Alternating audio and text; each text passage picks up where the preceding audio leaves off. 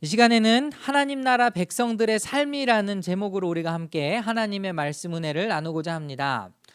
오랜만에 하나님 나라에 대해서 한번 이야기를 해볼게요. 여러분은 하나님 나라가 어떤 나라라고 생각하십니까? 아마 제 설교를 많이 들어보신 분들은 이 하나님 나라와 천국을 좀 구분해서 생각할 줄 아는 분이 되셨을 거예요. 우리가 죽어서 가는 곳이 천국이라면 지금 우리가 살고 있는 이 삶의 터전에 임하는 것이 바로 하나님 나라입니다. 이해하셨어요? 우리가 이 두 가지를 혼동하면은, 제가 누차 강조해서 말씀드리지만 우리 신앙의 목적을 잃어버립니다. 예수님을 믿는 목적이 무엇입니까? 라고 물었을 때 천국 가는 것이 목적입니다 라고 한다면, 여러분 우리의 교리에도 그리고 우리가 보는 성경에도 실제로 그렇게 나와 있잖아요. 예수 그리스도를 믿음으로 말미암아 구원을 받는다. 우리가 너무 잘 아는 교리 아닙니까? 그럼 이미 구원 받았네요. 천국 가는 티켓 다 딴 거네요. 이렇게 생각을 하면은 더 이상 이 땅에서 할 일이 없다라는 것이죠. 그러나 이 예수님께서 전하신 복음, 즉 하나님 나라의 이 복음은요, 결코 우리가 죽은 다음에 일어나는 일에 관하여 말씀해 주신 것이 아닙니다. 예수님께서 전해주신 복음은 지금 바로 이 땅에 즉시 임할 수 있는 하나님 나라에 관해서 가르쳐 주셨죠. 그래서 여러분, 우리가 주기도문, 주님께서 가르쳐 주신 기도를 할 때에 하늘에 계신 우리 아버지여 이름이 거룩히 여김을 받으시오며 나라가 임하시오며 이렇게 하지 않습니까? 임한다라는 거는 우리가 다른 곳으로 어떤 공간적인 이동을 한다라는 의미가 아니죠. 우리가 지금 살고 있는 이곳에 임한다라는 의미를 가지고 있는 거예요. 그렇죠? 그러니까 우리 믿는 사람들은 죽은 다음에 천국을 경험할 것이 아니라 지금 이 삶의 터전에서 하나님 나라를 경험해야 된다라는 거죠. 그럼 하나님 나라가 과연 무엇이냐? 이것도 간단하게 말씀드리면 통치의 개념입니다. 우리는 어떤 나라를 생각하면은 주로 영토를 머리에 떠올립니다. 그죠? 그 영역, 그 땅, 이런 식으로 생각을 하기가 쉬운데, 하나님 나라의 특징은 바로 하나님의 통치가 이루어지는, 하나님의 영향력 아래에 있는 그 통치를 받고 있는 나라가 바로 하나님 나라라는 거예요. 무슨 말인지 이해하셨죠? 여러분이 오늘 당장에 하나님의 통치대로 살고 있다면 여러분에게 하나님 나라가 임한 거다라는 거예요. 이해하셨습니까? 그래서 이걸 여러분께 길게 말씀드릴 수는 없고, 그냥 단순하게 구약 성경에서 이 왕국이라는 단어, 그리고 왕이라는 단어, 통치라는 단어, 이 어근이 다 똑같다는 정도만 여러분께 언급을 드리고 싶어요. 그 왕이 통치하는 그 영역이 바로 그의 나라입니다. 하나님을 왕으로 모시고 살면서 그 하나님의 통치의 영역 안으로 우리가 들어가 있다면 그곳이 바로 하나님 나라라는 거예요. 이해하셨죠? 자, 그럼 하나님 나라는, 일상에 임한 하나님 나라는 아픔과 슬픔이 없는 곳일까? 일상에 임한 하나님 나라, 우리가 오늘을 살면서 경험할 수 있는 하나님 나라는 더 이상 아픔과 고통과 슬픔과 눈물이 존재하지 않는 나라일까? 어떻습니까? 그렇지는 않을 것 같아요. 네, 아픔, 슬픔, 눈물, 고통은, 이 모든 것이 사라지는 것은 우리가 죽은 다음에 경험하는 천국에서 우리가 누리게 될 것이고, 하나님 나라의 일상에서 하나님 나라를 경험하는 우리가 눈물과 슬픔과 아픔과 고통 이런 것들을 겪지 않을까라는 질문을 던진다면, 저는 그럼에도 불구하고 하나님의 통치가 이루어지지만 그래도 우리는 경험할 수밖에 없어요 라고 이야기할 것 같아요. 그럼 하나님 나라와 그 통치의 영역 밖에 있는 사람들과 도대체 무슨 차이가 있는 거죠? 라고 물어볼 때 여러분은 어떻게 대답하시겠습니까? 저는 이렇게 대답하고 싶어요. 비록 슬픔이 있고 눈물이 있지만 충분한 위로를 받을 수 있는 나라가 바로 하나님 나라입니다. 이렇게 얘기하고 싶어요. 하나님 나라에 장애가 없을까요? 일상 속에서 우리 장애인들 마주하잖아요. 그럼 그 사람들은 하나님의 통치를 경험하지 못하는 걸까요? 그렇지 않죠. 일상에 임한 하나님의 나라에 속한 장애인은 자신의 장애가 불편함을 느껴지지 않을 정도로 모든 사람이 평화롭고 평등하게 사는 나라일 것입니다. 그게 바로 하나님 나라라는 것이죠. 자, 우리 계속해서 신명기의 말씀을 살펴보고 있습니다.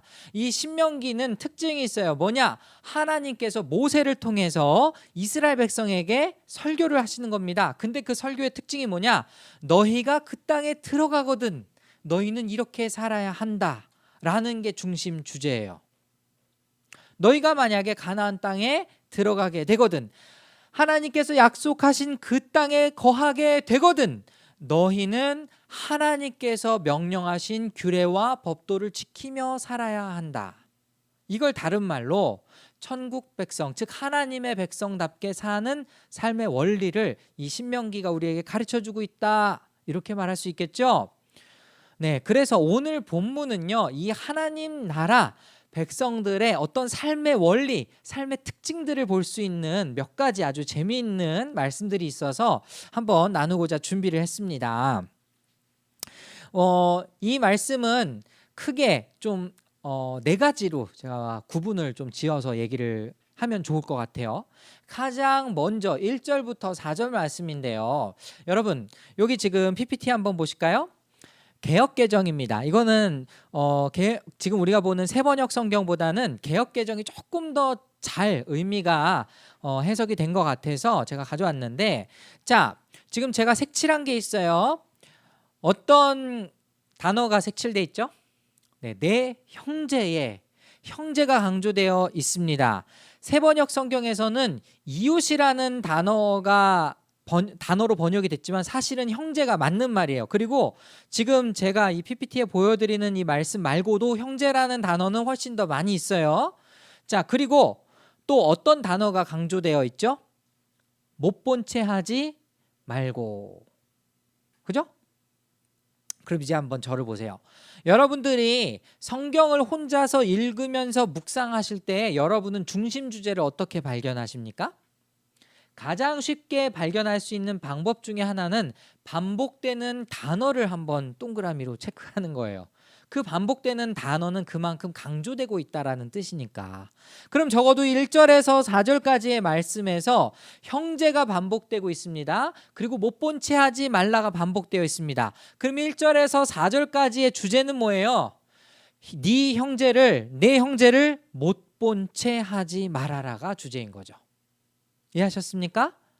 그 차원에서 이 말씀을 읽어본다면 상당히 새롭게 와닿을 거예요. 자, 여러분이 지나가다가 10만 원을 주셨습니다. 10만 원은 좀 요즘에 유혹이 잘 안 되나? 여러분이 지나가다가 100만 원짜리를 주었습니다. 100만 원짜리는 없으니까 5만 원짜리 20장이 들어있는 봉투를 주었습니다. 여러분 어떻게 하시겠습니까? 어떻게 네, 눈빛으로 지금 저에게 충분한 의사를 주셨는데, 저라면 어떻게 할까요? 저라면 당장에 카메라 매장으로 갈까? 자, 제가 어렸을 때, 제가 뭐 최근에 돈을 주신 적은 없고요. 고등학교, 그러니까 신앙을 제가 본격적으로 그 하나님을 믿고 믿음으로 고백하고 난 다음에 돈을 한 2번 정도 주신 적이 있었던 것 같아요.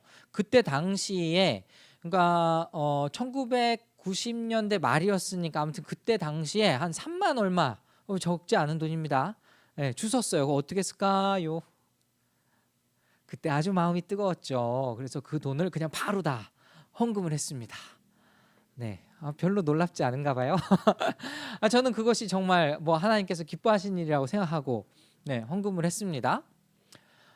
혹은 여러분 진짜 갖고 싶은 물건이 길가에 떨어져 있다고 생각을 해보겠습니다. 명품 가방이든 아니면 뭐 심지어 여러분이 갖고 싶었던 물건 뭐 아무거나 상관없습니다. 그걸 한번 떠올려 보세요. 그게 지금 딱 내 눈앞에 있어. 진짜 갖고 싶었던 거. 심지어 내가 기도하고 있던 거. 자, 여기까지 제가 한번 생각을 몰고 가보겠습니다. 진짜 마침 필요했던 돈에 꼭 맞는 액수가 봉투에 들어 있었는데 그걸 제가 주었어요. 그럼 여러분 어떻게 하시겠습니까? 물론 그걸 어떤 사람은 제가 이렇게까지 얘기했으니까 이거 하나님의 뜻이다라고 생각하고 내가 감사함으로 받아들여야지 뭐 이렇게 생각할 수 있을지 모르겠어요. 근데 실제로 우리나라의 법은 어떻게 되는 줄 아시나요? 실제로 우리나라의 법은 그 떨어진 거 주스면 안 된다고 그러더라고요. 그걸 받아 가지고 낼름 하면 안 된다고 하더라고요. 그걸 뭐 경찰에 신고하든가 해야지. 그러니까 우리는 사실 굉장히 고도로 발달된 이 문명 사회에서 살고 있기 때문에 이것이 가능한 거예요. 근데 이 말씀이 쓰여질 당시에 고대 세계에서 사실 이 귀한 소나 양이 버려져 있었다, 그냥 그 길가에 있었다 했을 때 그것을 내 것으로 취하지 않기란 사실 결코 쉽지 않은 문제일 것 같습니다.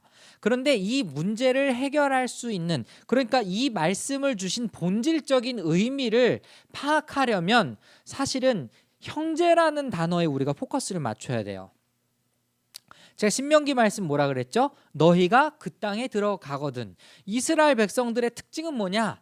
하나님께서 선택하신 아주 특별한 12지파로 구성된 민족 공동체라는 겁니다. 그러니까 그 땅에 살고 있는 사람은 곧 누구예요? 아무리 아무리 관계가 없는 사람이라고 느껴질지라도 사실은 먼 친척이자 같은 하나님의 백성이라는 의미겠죠. 그럼 내가 이 소나 양, 오늘 본문의 말씀에 나온 것과 같이 그런 다른 사람의 재산 혹은 다른 사람의 가축을 발견했을 때에 내가 어떤 마음을 가져야 하느냐. 그 물건을 잃어버렸을 혹은 그 소나 양을 잃어버렸을 형제의 마음을 생각하면서 못 본 채 하지 말고 돌려주라는 거예요. 만약 제가 우리 동네에서 길 가다가 아람이의 물건, 우리 첫째 딸 아람이의 물건, 이름이 딱 써있는 물건을 발견했다고 쳐봅시다. 물론 그것을 못 본 채 하고 지나갈 수 있을지 모르겠지만 내 가족의 것이니까, 내 딸의 물건이니까 당연히 챙기지 않겠어요? 똑같은 거죠. 똑같은 겁니다. 우리의 삶의 원리, 즉 하나님 나라 공동체에 속한 사람들의 삶의 원리는 어떠해야 하느냐?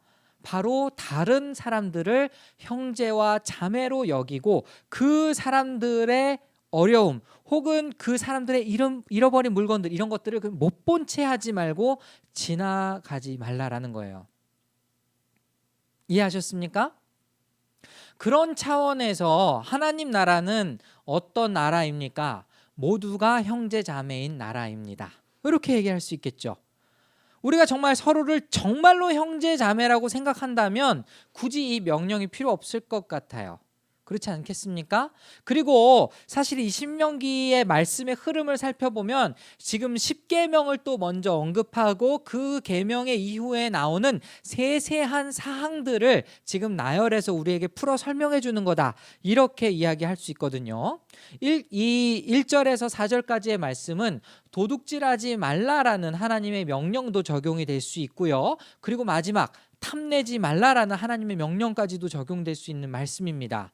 결론은 뭐냐? 우리가 서로 형제로 여기고 서로를 형제 자매로 여기고 서로를 위하는 마음을 가지고 못 본 채 하지 않고 적극적으로 그들을 돕는 그 나라가 바로 하나님 나라다라는 겁니다. 이해하셨죠? 자, 그리고 두 번째로 한번 보실까요? 이제 5절 한번 보시겠습니다. 이거 제가 말씀 묵상 때도 잠깐 언급했던 건데, 여자는 남자의 의복을 입지 말 것이요 남자는 여자의 의복을 입지 말 것이라. 이같이 하는 자는 내 하나님 여호와께 가증한 자니라. 이것도 지금 제가 개역개정 성경을 가지고 왔습니다. 자, 여러분은 이 말씀 어떻게 생각하십니까? 여러분 어떻게 생각하세요? 뭐 사실 그 옷은 어떻게 표현을 해야 될까? 옷은 취향이잖아요. 뭐 이렇게 얘기할 수 있잖아요. 어떤 남자가 그냥 예쁜 옷을 좋아할 수 있지, 왜 굳이 꼭 핫핑크가 여성의 상징이어야 하나요? 그죠? 그냥 핑크 색깔 옷을 입을 수도 있는 거지. 그리고 여러분 조금 시대를 좀 거슬러 올라가 보겠습니다. 여자가 치마가 아닌 바지를 입었을 때 굉장히 그 문화적 충격이 있었다라는 거 여러분 아십니까? 예, 지금은 우리가 그냥 지금 치마 입은 사람 아무도 없잖아요. 우리 자매님들도 아무도 없고, 그죠? 전혀 문제가 되지 않습니다. 근데 옛날에는 이 여자가 바지를 입는 거, 그리고 남자가 오히려 치마 같은 거 입는 거에 대해서 굉장히 또 부정적으로 생각을 한단 말이죠. 그러면은 굉장히 좀 약간 상대적인 거로 느껴지잖아요. 그렇지 않습니까? 아니 옷을 입는 게 뭘 그렇게 중요한 거라고 하나님이 이걸 그렇게 가증스럽다고. 우리 세번역 성경에서 뭐라고 나왔죠? 하나님께서 미워하시는 거라고 그랬거든요. 여러분은 이거를 어떻게 받아들이시겠습니까? 이 말씀의 힌트는요. 지금 다시 한번 말씀 보여주시죠. 제가 노란색으로 체크해둔 내 하나님 여호와께 가증한 자다라는 그 표현에서 우리가 힌트를 얻을 수 있습니다. 사실은 이 본문에 지금 남자의 의복이라고 하면 그 당시에 어떻게 보면 남자들이 입는 군복을 의미할 수도 있었어요. 그리고 여자의 의복이라고 하면은 주로 그 당시 그 당대를 살펴보면 가사 일을 하고 있는 그러한 여성을 떠올리면 될 것 같습니다. 그 사람들의 옷을 서로 바꿔서 입지 말라, 역할을 바꾸지 말라 이렇게 들릴 수도 있어요. 물론 그런 해석도 가능할 수 있다고 봅니다. 그러나 이렇게 말고 제가 노란색으로 체크한 내 하나님 여호와께 가증한 자라는 것을 힌트로 한번 살펴보자고요. 신명기 7장 26절 보실까요? 여기 보시면 너는 가증한 것을 내 집에 들이지 말라. 여기 보면 이 가증한 것의 특징이 25절에 앞서 나와 있지만 우상과 관련된 거예요. 너도 그것과 같이 진멸당할까 하노라. 너는 그것을 멀리하며 심히 미워하라. 그것은 진멸당할 것임이니라. 그리고 또 한 절 찾아보겠습니다. 신명기 13장 14절 보시면 너는 자세히 묻고 살펴보아서 이런 가증한 일이 너희 가운데 있다는 것이 확실한 사실로 드러나면 이라면서 여기 또 가증한이라는 단어가 나와 있는데 이거는 이 문맥을 살펴보면 우상을 섬기도록 유혹하는 일을 가증한 일이라고 표현을 했어요. 자, 그럼 오늘 본문의 말씀, 남자는 여자의 의복을 입지 말고 여자는 남자의 의복을 입지 말라는 그 말씀은 우리가 어떻게 이해하면 될까요? 본문에서 나와 있는 의복을 바꿔 입는 것은 그 당시의 우상 숭배와 관련되었던 것이다라고 결론을 내릴 수 있죠. 이해하십니까? 그러니까 단순히 그냥 남자가 여자처럼 하고 다니지 마, 여자가 남자처럼 하고 다니지 마, 그냥 문자적으로 그렇게 받아들일 그런 말씀이 아니라는 거예요. 실제로도 그랬죠. 7, 80년대 한국 교회는 정말 그랬습니다. 여자가 남자처럼 하고 다니고 남자가 여자처럼 하고 다니는 것을 굉장히 그냥 이 문자 그대로 그냥 그렇게 하는 거는 마치 성 정체성을 흐려뜨리는 뭐 그런 걸로 이해를 했다는 거죠. 그러나 이 본문에서 말하고자 하는 바는 우상 숭배를 하는 그 행동을 멀리하라라는 취지의 말씀입니다. 이거를 그러면은 우리에게 어떻게 적용할 수 있을까? 하나님 나라는 어떤 나라입니까? 우상 숭배의 유혹에 젖지 않고 넘어지지 않고 오직 하나님을 위해서, 오직 하나님의 영광을 위해서 우리의 모든 작은 행실부터 바르게 서는 나라가 바로 하나님 나라입니다. 이렇게 말을 할 수 있겠죠. 이 의복에 대해서 우리가 오늘날로 다른 것들로 좀 치환을 하자면 내가 생각하는 그 모든 우상들이 다 이 의복에 속한 거예요. 가나안 땅 이방 풍습에 네가 젖어서는 안 된다. 이런 표현 말고도 지금 신명기에 굉장히 여러 가지 다양한 각도로 이스라엘 백성들에게 이야기를 합니다. 그 이유가 뭘까요? 그만큼 우상 숭배하기 쉬우니까, 그만큼 너무 매력적으로 보이니까 그런 거 아니겠습니까? 그럼 우리 삶에서 매력적으로 보이지만 하나님께서 기뻐하시지 않는 것이 무엇인지를 살펴보고 그것을 없애는 훈련을 해야 된다라는 것이죠. 이것이 바로 하나님 나라의 특징이다 말할 수 있겠습니다. 세 번째를 또 한번 살펴볼까요? 6절과 7절 보십시다. 당신들은 길을 가다가 어떤 나무에서나 어떤 나무에서나 땅에서 어미새가 새끼나 알을 품고 있는 것을 만나거든 새끼를 품은 어미를 잡지 마십시오. 이건 뭘까요? 어미새는 반드시 날려보내야 됩니다. 그 새끼는 그 새끼라니까 뭐가 이상하네. 그 아이는 잡아도 됩니다. 그래야만 당신들이 복을 받고 오래 살 것입니다. 자, 이 말씀 여러분은 어떻게 생각하십니까? 어떤 사람들은 또 이 말씀을 보고 하나님께서 굉장히 인도적인 차원에서 이 어미를 보호하시는 거다 이렇게 생각을 하는 사람이 있어요. 그러니까 그 어미는 비록 불쌍하지만 나중에 또 새끼를 칠 수 있는 거니까 알은 또 낳을 수 있는 거니까 이렇게 생각을 하는 경향이 있습니다. 그러나 아니 어미도 있고 새끼도 있는데 새끼를 잡는 그 자체가 인도적인 건가요? 이미 지금 새끼를 잃었으면 슬픈 거지. 그렇지 않나요? 네, 우리는 이 말씀을 그냥 굉장히 좀 뭐랄까 단순하게 감정적으로 하나님이 되게 그 동물까지도 배려를 하시는구나 뭐 이렇게 생각할 수 있겠지만 그것보다는 이 말씀은 제가 이해하기로는 자연과 더불어 사는 그 삶의 원리를 하나님께서 가르쳐 주시는 거다 이렇게 이야기를 한번 해보고 싶습니다. 무슨 말이냐, 여러분 이 땅에 가나안 땅에 들어갔어요. 가나안 땅에 들어갔는데 이 어미새와 새끼새가 같이 있어요. 혹은 어미새가 있고 거기에 계란이 놓여져 있고 알이 있고 뭐 이렇다고 한번 생각해 보겠습니다. 둘 다 취하면 그 종자는 곧 있으면 씨가 마르겠죠. 그렇지 않을까요? 네, 이것은 하나님께서 어느 정도 이 자연에서부터 빚어지는 어떤 소산물, 그러니까 지금 이 동물로 따지면은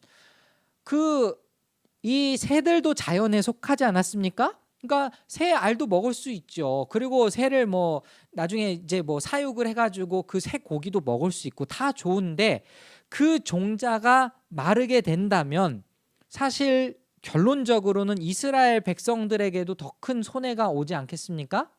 이런 비슷한 말씀이 사실은 그 앞서 신명기 이제 20장에 에 있어요. 지금 말씀 혹시 여기에 제가 지금 신명기 20장 19절 그리고 20절 말씀 보시면은 당신들이 한 성읍을 점령하고 둘러싸서 공격하는데 오랜 기간이 걸리더라도 거기에 있는 과일나무를 도끼로 마구 찍어서는 안 됩니다 라는 명령이 있습니다. 이것도 굉장히 독특하게 느껴지지 않습니까? 왜 이 말씀을 주셨을까? 그리고 이제 읽어보시면은 과일을 따서 먹는데 나무는 찍어버리지 말래요. 들에 있는 나무가 원수라도 된단 말입니까? 어찌 그 나무들을 포기하겠습니까? 이렇게 그냥 얘기는 하지만 사실은 그 나무를 찍어서 바로 던져버리면 어떻게 됩니까? 내년에 바로 소출을 낼 수 있는 그 나무 그냥 죽고 마는 게 되잖아요. 그렇지 않습니까? 그럼 못 쓰는 나무는 또 어떻게 하는데? 20절 보면 또 어떻게 나와 있죠? 다만 먹을 열매를 맺지 못하는 나무는 당신들이 알고 있으니 그런 나무는 찍어도 좋습니다. 당신들은 그런 나무를 찍어서 당신들과 싸우는 성읍을 점령할 때까지 성읍을 포위하는 데 필요한 장비를 만들어서 쓰도록 하십시오. 자, 어떻습니까? 하나님께서 그 나무라는 자원에 대해서 그리고 이 과실을 맺는 그 자체에 대해서 막 따먹는다든지 사용한다든지에 대해서 반대하신 게 아니죠. 그러나 어떻습니까? 지혜롭게 그 자원을 잘 사용해야 한다라는 측면에서는 우리가 이 말씀을 오늘 본문에 그 어미새와 새끼새를 함께 취하지 말라라는 그 말씀에 적용할 수 있을 것 같아요. 이것을 또 우리 시대에 적용하면 무엇입니까? 별로 어렵지 않게 생각이 되죠. 오늘날엔 이미 지금 우리가 기후위기를 겪고 있습니다. 자연을 무분별하게 훼손했기 때문에 그렇지 않습니까? 오늘날에 이미 씨가 말라버린 종자들이 있어요. 여러분 이게 제 기억이 맞나 모르겠는데 그 브라질이 원래는 초콜릿의 그 가장 제일 원산지 1등 원산지였다고 과거에. 제가 그렇게 알고 있습니다. 근데 이게 반전이 됐어요. 왜 그렇게 된지 아세요? 이제 더 이상 거기서 초콜릿이 나지 않는다고 합니다. 거의 나지 않는데요. 그것은 예전에 이제 그 사람들 간의 갈등이 한번 이제 그 사업장이죠. 그 사업하는 사람들끼리 갈등이 있었는데 그냥 그 초콜릿 이 그 카카오가 나는 그 농장을 다 불태워 버렸다라는 거예요. 네, 그래서 그냥 갑자기 이제 거기에서 초콜릿을 수출하다가 수입해야만 되는 그러한 안타까운 현실을 경험하게 됐다라는 것이죠. 뭐 제가 기억하고 있는 게 정확하게 맞지 않는다 할지라도 사실 제가 뭘 얘기하고자 하는지는 여러분 잘 아시겠죠? 우리가 하나님께서 우리에게 허락하신 자원을 무분별하게 취할 때 결국에 손해가 오는 것은 우리입니다. 하나님께서 아예 창세기 때부터 우리에게 말씀하셨죠. 정복하고 다스리라. 근데 그것은 그냥 무분별하게 착취하라가 아니고 관리적인 차원에서 말씀을 하신 명령이었습니다. 그렇지 않습니까? 그렇게 생각한다면 하나님 나라의 특징, 하나님 나라의 백성의 특징은 무엇입니까? 자연과 더불어 잘 사는 것이 바로 하나님 나라의 백성의 특징이자 원리이다. 이렇게 말할 수 있겠죠. 마지막으로 또 한번 보실까요? 8절. 당신들은 집을 새로 지을 때에 지붕에 난간을 만들어야 합니다. 그렇게 하면 사람이 떨어져도 그 살인죄를 당신들의 집에 지우지 않을 것입니다. 여러분, 이건 또 어떻게 생각하십니까? 이 본문의 말씀을 보시면은 지붕에 난간을 만든다라는 것이 약간은 우리가 사는 이 문화에서 잘 이해가 되지 않을 수 있어요. 물론 이제 요즘에는 카페들 중에 이제 루프탑이라고 해서 굉장히 예쁘게 지금 만들어서 그 옥상을 그냥 평평한 그 옥상에 이제 난간을 세워가지고 그 공간을 활용하는 사례들도 있지만 기본적으로 우리는 지붕을 잘 사용할 수 없는 구조죠. 그러니까 이렇게 세모진 지붕을 생각하면은 원래는 사용 못 하잖아요. 그렇지 않습니까? 그 이스라엘은 어땠을까? 이스라엘의 실제 이 그 건물 구조를 살펴보면은 지붕 위에서도 사실은 굉장히 많은 일들을 했어요. 가장 대표적인 그 예로 뭘 들 수 있냐면 초막절을 들 수 있습니다. 초막절이라는 절기가 뭐죠? 텐트를 치고 일주일 동안 지내면서 하나님께서 이스라엘 백성들을 출애굽하실 그 당시를 기억하게 하는 그 절기가 있단 말이에요. 그 초막절에 텐트를 어디서 치느냐? 바로 이 지붕 위에서 칩니다. 네.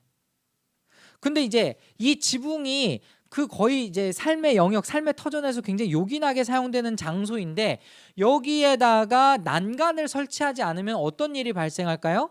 난간 없으면 잘못하면 떨어져 죽는 거죠.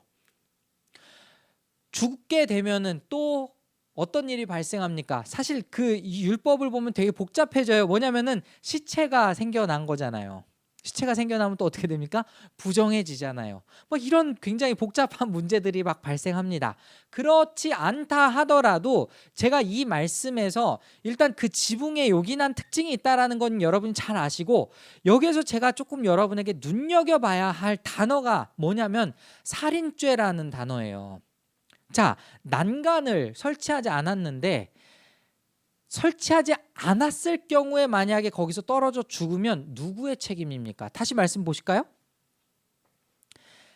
난간을 만들면 사람이 떨어져도 그 살인죄를 당신들의 집에 지우지 않을 거래요. 그러면 난간을 만들지 않아서 사람이 떨어지면 살인죄를 누구의 집에 지운다는 겁니까? 그 집에 지운다는 거예요. 맞습니까? 제가 틀린 말 한 거 아니죠? 자, 그럼 이제 이게 바로 하나님 나라의 공동체의 원리다라는 것을 여러분이 바로 깨달아야 됩니다. 우리의 삶의 터전에서 사회적으로 이 안전에 관한 그 시민들을 지켜야 할 책임을 우리가 어떻게 지죠? 우리의 세금을 모아서 그 세금으로 안전한 장치들을 만드는 거죠. 신호등을 세우는 것도 우리의 세금으로 하는 것이고요. 그렇지 않습니까? 도로 위에 표지판을 만드는 것도 다 안전을 위해서 우리가 다 세금을 모아서 하는 거죠.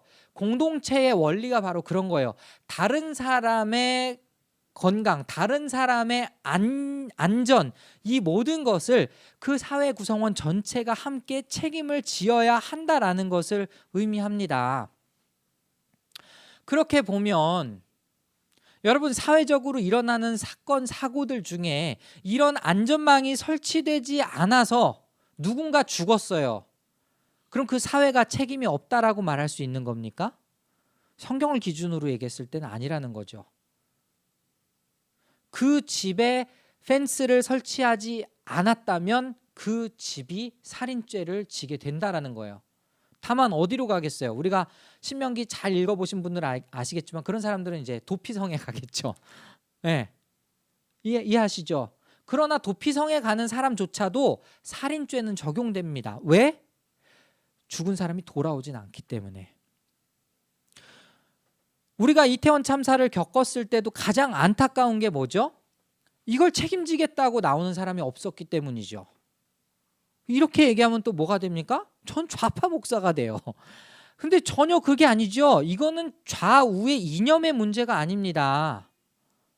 분명히 그날 낮에 저녁 6시 뭐 몇 분 경에 이미 위험하다라는 신호가 있었고 사인이 있었고, 그리고 과거에 여러 가지 막을 수 있는 선례들이 있었음에도 불구하고 어떤 안전장치를 마련하지 않았다라는 것은 그 살인의 책임이 그 담당자에게 있지 않다라고 말할 수 없는 부분인 거죠. 왜 사회적으로 이것이 공분을 일으켰습니까? 아무도 책임지겠다는 사람이 처음엔 나오지 않았으니까. 시간이 지나서 이때 사고가 뭐 이미 감지가 되었었네, 아니면은 뭐 이때 이미 신고를 접수받았었네, 이런 게 점점점 드러나니까 나중에 마지못해서 사람들이 죄송합니다라고 나오잖아요. 이건 뭔가 잘못된 거죠. 그러면 이 본문의 말씀, 지금 마지막 8절 8절을 통해서 우리가 알 수 있는 하나님 나라의 특징은 뭡니까? 서로의 안전에 신경을 쓰고 그에 합당한 조치를 취하는 그런 사회가 바로 하나님 나라이다. 그리고 그런 책임감을 가지고 있는 사람들이 하나님 나라 공동체 구성원이자 백성이다. 이렇게 말을 할 수 있지 않겠습니까? 그죠? 자, 이렇게 생각을 해본다면 사실 뭐 신명기에 나와 있는 모든 율법의 그 명령들이 다 이런 특징을 가지고 있어요. 하나님 나라의 백성의 특징, 하나님 나라 그 공동체의 특징을 다 얘기하고 있단 말이에요. 자, 그렇다면 여러분이 이제 상상을 한번 해보시겠습니다. 여러분이 그 하나님 나라에 거한다면 여러분은 어떨 것 같으세요? 이런 나라에 산다면 그래도 살만한 나라다, 이렇게 생각이 되지 않을까요? 그렇지 않겠습니까? 그게 바로 하나님 나라라는 거예요. 여러분이 잘생기든 못생기든 차별받지 않는 나라, 여러분의 신체가 불편함에도 불구하고, 내가 어떤 장애를 가지고 있음에도 불구하고 그 장애가 내가 사는데 아무런 지장이 없는 나라, 내가 아픔과 슬픔, 정말 개인적인 위로가 필요한 그러한 때를 맞이했을 때 내 주변의 형제 자매들이 다 나에게 와서 네 모든 것을 내가 책임져 줄게, 너는 잠깐 쉬어도 좋아 라고 말할 수 있는 그런 나라가 바로 하나님 나라라는 것입니다. 그런 나라에 살고 싶지 않습니까? 어떻게 하면 좋을까요? 저는 여러분에게 도전을 드리고 싶습니다.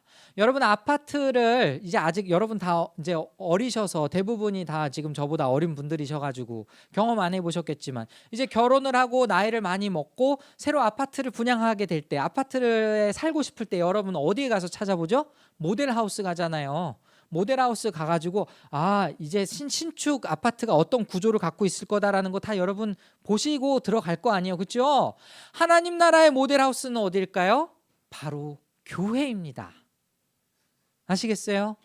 그러니까 여러분, 오늘 제가 여러분에게 최소 도전을 드리고 싶은 것은 무엇이냐면, 오늘 이 4가지의 도전을 드린 그 말씀이 가장 먼저는 우리 교회 안에서 실천이 되어야 된다라는 거예요. 아무것도 아니지만 지금 우리 사실 전자장비 너무 많아서 줄도 많이 이렇게, 그죠? 케이블 많이 있죠? 다른 사람의 안전을 위해서 조금씩 잘 깔끔하게 정돈하는 거예요.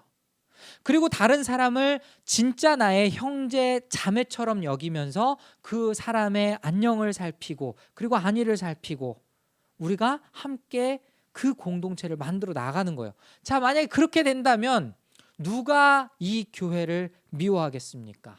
누가 이 교회에 한번 발을 들이면 누가 다시는 오지 않을 거야 라고 말하겠습니까?